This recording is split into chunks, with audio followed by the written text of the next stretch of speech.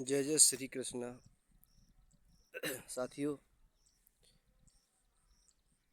जीवन में अनेक प्रकार की मोड़ें आती हैं मनुष्य की, पर किसी भी वक्त हिम्मत नहीं हारना है, आगे बढ़ना है। भगवान के भी जीवन में मोड़ें आई हैं। भगवान राम ने 14 वर्ष वनवास काटा है। लक्ष्मण को भी शक्ति लगी है और अन्य प्रकार की परेशानियां भगवान के भी जीवन में आई हैं। मनुष्य के जीवन में भी परेशानियां आती हैं। परेशानियों से ही हमें हिम्मत मिलती है, ताकत मिलती है और सीखने के लिए मिलता है। क्योंकि दुख नहीं होता तो हमें कुछ सीखने के लिए नहीं मिलता। अगर सुख ही सुख होता तो कैसे हम दुख का अनुभव करते, और दुख ना होता तो कैसे सुख का आनंद ले पाते। क्योंकि दुख के बाद सुख आता है, तभी सुख का एहसास होता है। जैसे रात के बाद वहाँ सवेरा होता है, वैसे ही दुख के बाद सुख जरूर आता है। ऐसा कभी नहीं होता कि दुख ही बना रहे, सुख न आए। कभी दुख में ज़्यादा घबराने की ज़रूरत नहीं है किसी को भी। काल की मध्यस्थता से ही मिला जाता है साथी, वर्षों से है यह वेद और गीता बतलाती। समय के माध्यम से इंसान इंसान को जान लेता है, पहचान लेता है, समझ लेता है, और समय के द्वारा ही भगवान को भी पाया जा सकता है। क्योंकि बिना समय से जब इंसान इंसान से नहीं मिल पाता, भगवान से कैसे मिल सकता है। अभी आप ही कहीं जाओ और मिलने के लिए कहोगे तो समय ज़रूर निश्चित करोगे। इसलिए बिना समय के जब तुम एक दूसरे से इंसान इंसान से नहीं मिल सकता, भगवान से कैसे मिल सकता है। इसलिए समय को जानो, समय व्यर्थ मत गमाओ, और समय से कार्य करो। खेती किसानी सब कुछ समय से होता है, भजन भी समय से होता है। क्योंकि भगवान को भी आदेश दिया था उनके गुरु ने, समय जान गुरु आयुष पाई, संध्या करन चले दुई भाई। तो समय बहुत ज़रूरी है। समय को नहीं निकलने देना, व्यर्थ में नहीं गंवाना है। धरा धसने के लिए अकला रही है, प्रलय ग्रसने के लिए अकला रही है। अगन की वर्षा गगन से हो न जाए, प्रकृति हो यह विपरीत बतला रही है। ऐसे समय में जबकि पाप बढ़ रहा है, धरती धसने के लिए अकला रही है और प्रलय भी होने के लिए, ग्रसने के लिए अकला रही है। अगन की वर्षा गगन से हो न जाए, प्रकृति हो यह विपरीत बतला रही है। जो समय से पानी नहीं बरसता है, कभी सूखा पड़ जाता है, कभी ओले गिर जाती हैं, कभी बिजली गिरती है। तो ये प्रकृति विपरीत होके ये मनुष्य को बता रही है कि तुमको किस प्रकार से संभल जाना है। पर कोई समझने के लिए तैयार नहीं है, ना प्रकृति का कोई इशारा समझने के लिए तैयार है। जब तक मनुष्य इन प्रकृति के इशारों को नहीं समझेंगे, नहीं जानेंगे, तब तक कैसी परिवर्तन हो।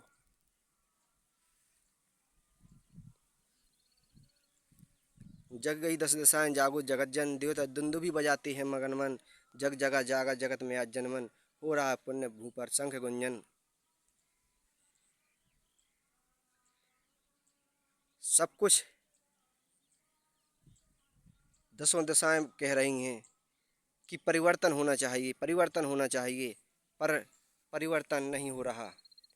मनुष्य अपने हरकतों से बाज नहीं आ रहा।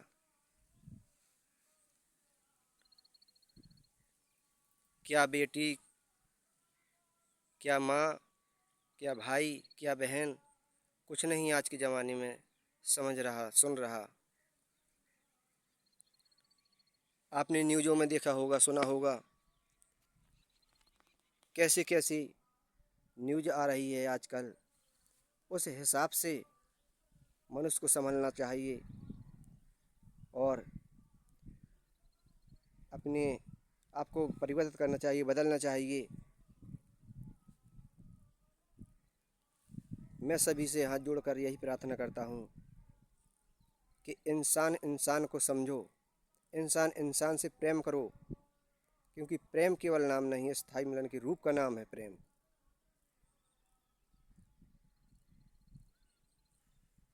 जहाँ प्रेम होता है वहाँ द्वेष नहीं होता, जहाँ द्वेष होता है वहाँ प्रेम नहीं होता।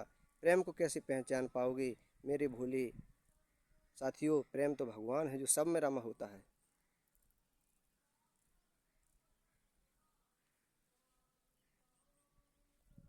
तो मनुष्य को मनुष्य से प्रेम करना चाहिए।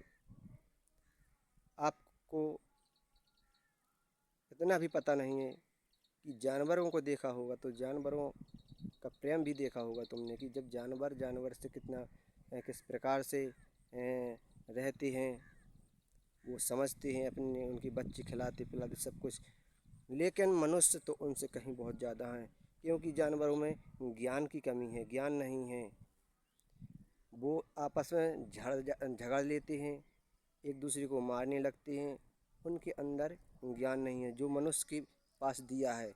मनुष्य का शरीर 84 लाख योनियों के बाद भटकने के बाद मिलता है, और इसलिए नहीं मिलता कि तुम व्यर्थ में खो दो।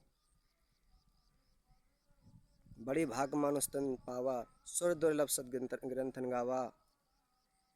बड़े भाग से मनुष्य का शरीर मिलता है, मनुष्य का शरीर। तो उस शरीर को तुम ऐसे ही ना खो दो शराब दारू जुआ सट्टा में। बर्बाद क्यों कर रहे हो? आपने देखा होगा शराब में कितने लोग नशे में बने रहते हैं बरहमेश। कोई नाली में पड़ा रहता है, कोई बीच रास्ते में डरा है। इससे क्या है, मानवता ध्वस्त होती जा रही है नशा से। और जब ये नशा नहीं रहेगा तो अत्याचार भी नहीं रहेगा, क्योंकि नशा मनुष्य को बर्बाद करता है, मनुष्य की बुद्धि को हर लेता है, नशा नष्ट कर देता है। मनुष्य के 3-4 दुश्मन हैं, तो ये 4 दुश्मन भी तुम देखो कौन कौन है।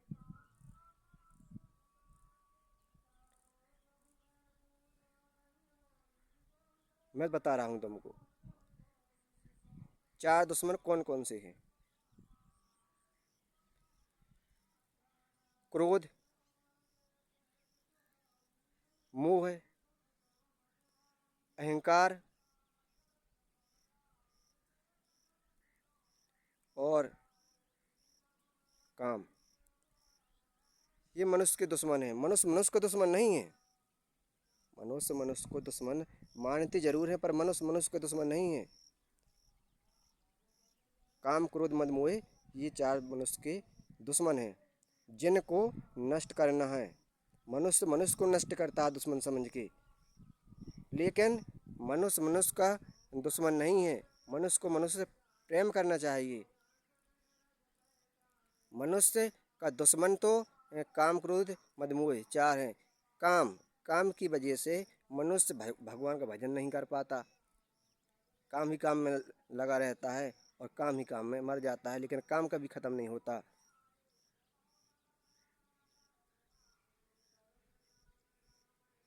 ज़िंदगी जब तक रहेगी, फुर्सत न मिलेगी काम से, कुछ समय ऐसा निकालो कि प्रेम कर लो भगवान से।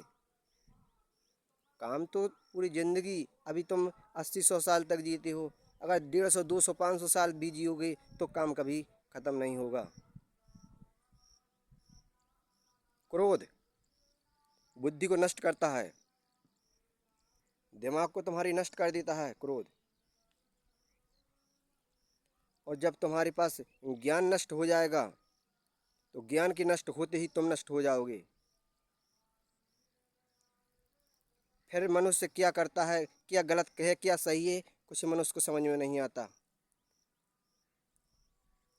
अगर क्रोध करोगे तो क्रोध ज्ञान को नष्ट करता है और ज्ञान के साथ साथ फिर मनुष्य को भी नष्ट कर देता है।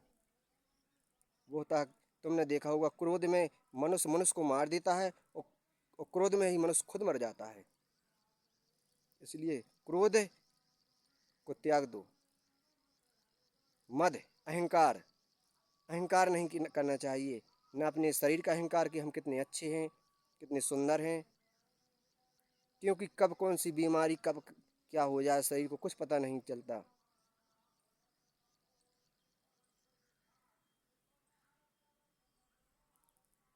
न पैसा का अहंकार करना चाहिए, कब क्या हो जाए हमारे पास, कब राजा से रंक बन जाता है मनुष्य और रंक से कब राजा बन जाता है कुछ पता नहीं चलता। इसलिए जो पैसा है तुम्हारे पास कब चला जाए, कैसे चला जाए, कोई किसी को पता नहीं। इसलिए न रुपया का पैसा, न अपने बल का घमंड करना चाहिए, न पैसा का घमंड करना चाहिए,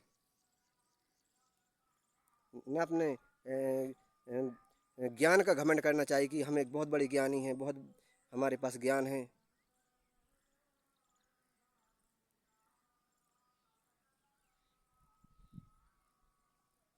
मोह, मोह हर व्यक्ति करता है, अपने बच्चों से, अपनी पत्नी से, अपने पिता से, अपनी माता से, अपने भाइयों से, अपनी बहनों से, ये मोह करते हैं। पर मोह करो, ऐसा नहीं है कि ना करो, पर उतना करो जितना आवश्यक है, क्योंकि इस संसार में कोई किसी का नहीं है। अगर है कुछ तो वो है भगवान का भजन, भगवान की भक्ति। क्योंकि जब समय आता है अंतिम तो कोई काम नहीं देता, ना भाई, ना बहन, ना पिता, ना माता, ना कोई रिश्तेदार। इसलिए मोह करो, उतना करो जितनी ज़रूरत है। मोह में अंध अंध अंध हो जाता है आदमी। कि ये मेरा बेटा है, तुमने मेरे बेटे को गाली दी, तुमने मेरे बेटे को ये किया वो किया। तो अपने आप में संतुष्ट शीतलता रखनी चाहिए, अपने हृदय में मन को शांत रखना चाहिए। कोई अगर कुछ कहता तो उसे समझाओ, भैया ये गलत बात है। और हर किसी के लिए, मनुष्य के लिए जो गलत करता है उसके लिए परमात्मा देखता है सब कुछ। तुमको स्वयं फैसला नहीं करना है। तुम्हें जो गलत इंसान है तो तुम उसके साथ गलत ना बनिए, क्योंकि भगवान राम ने जो किया है, तुमने देखा होगा, आदर्श पुरुषोत्तम राम है कि सीता को हर ले गया था रावण। तो अब राम भी चाहता कि वो तो भगवान थे, वो चाहते तो उनकी पत्नी को भी हर सकते थे, लेकिन ऐसा नहीं किया, उनके साथ कोई गलत नहीं किया और उनको बार बार चेतावनी दी। और जब नहीं माने तो युद्ध हुआ, युद्ध में उसका विध्वंस हो गया। तो परमात्मा के ऊपर ये छोड़ दो। परमात्मा गलत और सत्य सब कुछ देखता है।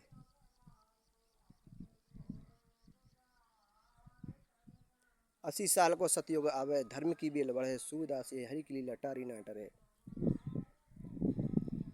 जब मनुष्य 80 साल का जीने लगेगा, 80 साल की उम्र हो जाएगी मनुष्य की, तब सत्य का विकास इस धरती पर होगा, ये सूरदास जी कह गए हैं। और वो समय अब आ गया है कि धर्म पर मनुष्य को चलना चाहिए, धर्म बढ़ने लगेगा, वो समय आ गया है। उस समय में आप भी शामिल हो जाइए, आप भी धर्म का काम कीजिए, आप भी भजन का प्रचार कीजिए, आप भी मनुष्यों की हेल्प कीजिए, सबके साथ में अच्छा। किसी की पराई बहन बेटी को अपना समझिए, अपनी बहन बेटी, इस प्रकार से दूसरों की मदद करिए और अपने आप को भजन करके अब ये सिद्ध कीजिए कि हम ईश्वरीयवादी हैं,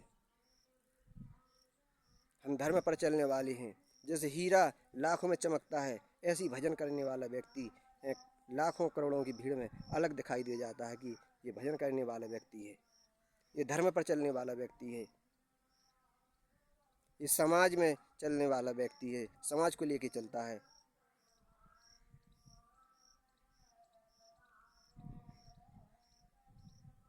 सृष्टि जिसकी खोज करना चाहती है, कृषक के युग में ओज भरना चाहती है, भेद इस विज्ञान का सुन लो समझ लो, भूमि अब करवट बदलना चाहती है। अगर मनुष्य नहीं समझा, नहीं संभला तो समझ लो ये भूमि करवट बदल लेगी और सबके सब मारे जाएंगे।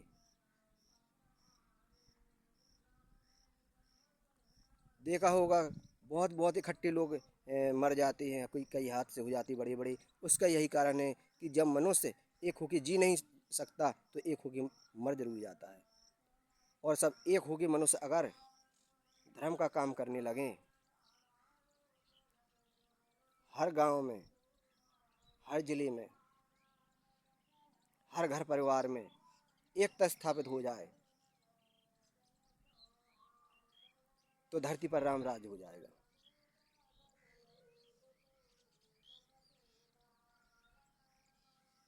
तो आप समझिए मेरे इन विचारों को और बताइए कि मैंने जो भी कहा है सत्य है कि नहीं है। कमेंट बॉक्स में कमेंट करके मुझे बताइए और मेरे इन विचारों को सुनिए, समझिए और बताइए कि जो कहा है इसमें किस प्रकार से मैंने कहा है, गलत कहा है या मनुष्य को ऐसा करना चाहिए या नहीं। आप कमेंट करके ज़रूर बताइए।